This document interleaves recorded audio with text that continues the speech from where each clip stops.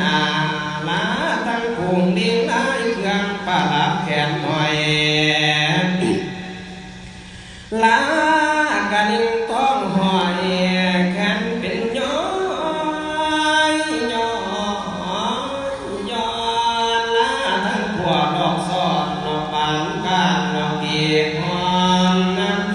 หลอกขย้อมพวงเป็นช่อยลมมาเสียบ่อยบ่อยหัวใจก็บ่อยบาดเจ็บเงียบก่อน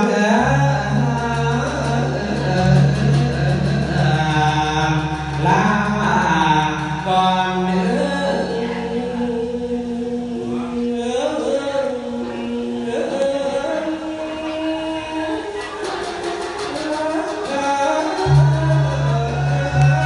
มันไหลมาที่เคยเที่ยวได้ไต่ตอนทางงามแดน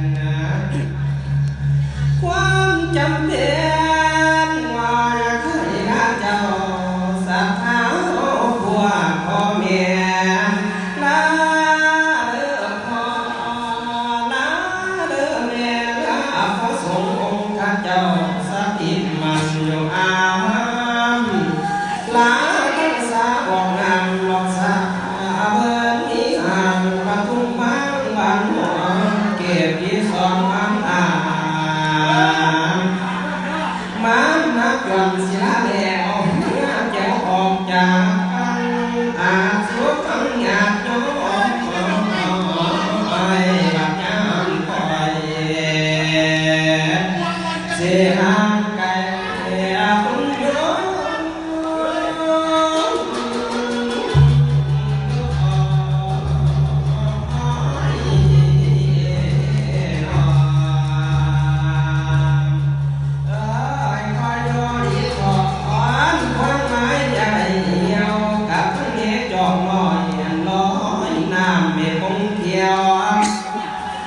อา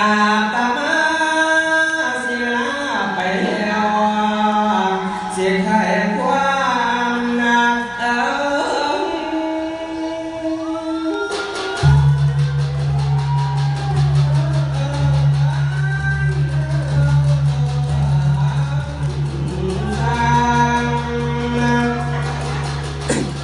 ลาทั้งยังทั้งพร้อมหมอนมุงโคซอแก้วลาทั้งคำอักแก้วกับทั้งปอกขุนทอ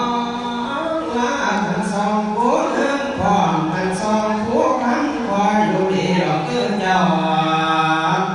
ลาทั้งถูกดอกถวยและทั้งกระบวยผูแห้งลาทั้งแก้วถวยทั้งองค์เจ้าไปแต่งทานลาทั้งบานทั้งสมของเอียนผู้สู่ยางลาทั้งวางกองเยี่ยมจนไฟดำแดงลาทั้งแท้เขาคันลาแขนไปท้องเปียว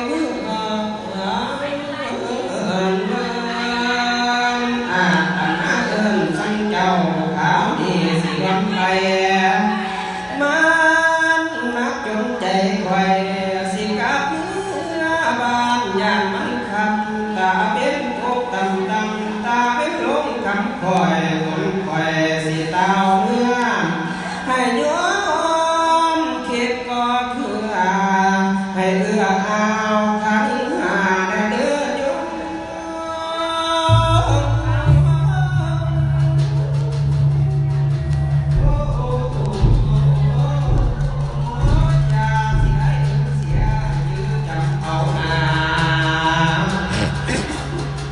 บัดเทื่อมีงานขึ้นลำปีนายไปข่าวเด็ด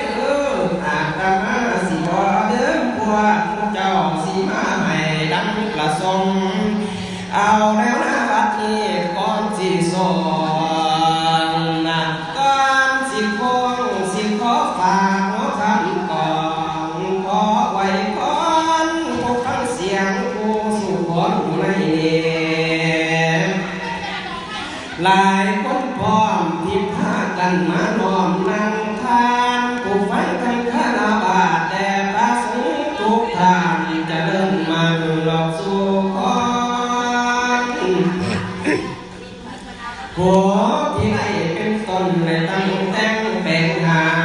ทั้งพระสุขสิกาโพธิมาทำรวมในความคุ้มกันอันตั้งวิลาโสภาพาเพียงพร้อมมาน้อมหลอกซึ้งสายสิไปเหนือไปใต้ให้พ่อสิ่งอันมุ่งคลอันข้ามจนให้มันนี่อันมันนี้มาพออันมาพรสิขอให้เพียงพ่อปานอ่านวันนั้นสุขาพร้อมพังพลังให้สาธิตอยู่ยังดอกเต็มที่สีสวัสดิ์ธนสารสมบัติให้มั่งมุนคุณค่าปฏิภาณของการมาจากให้วันจบสมุนสมีสีลงไว้บัวบาดีนันละเลิศสาธุ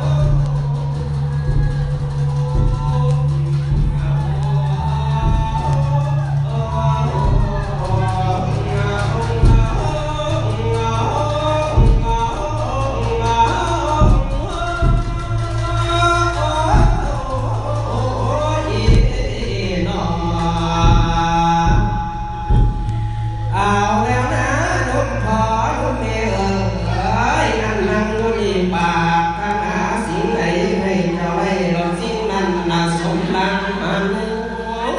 ไก่สิ่งคุยไปสังกายามี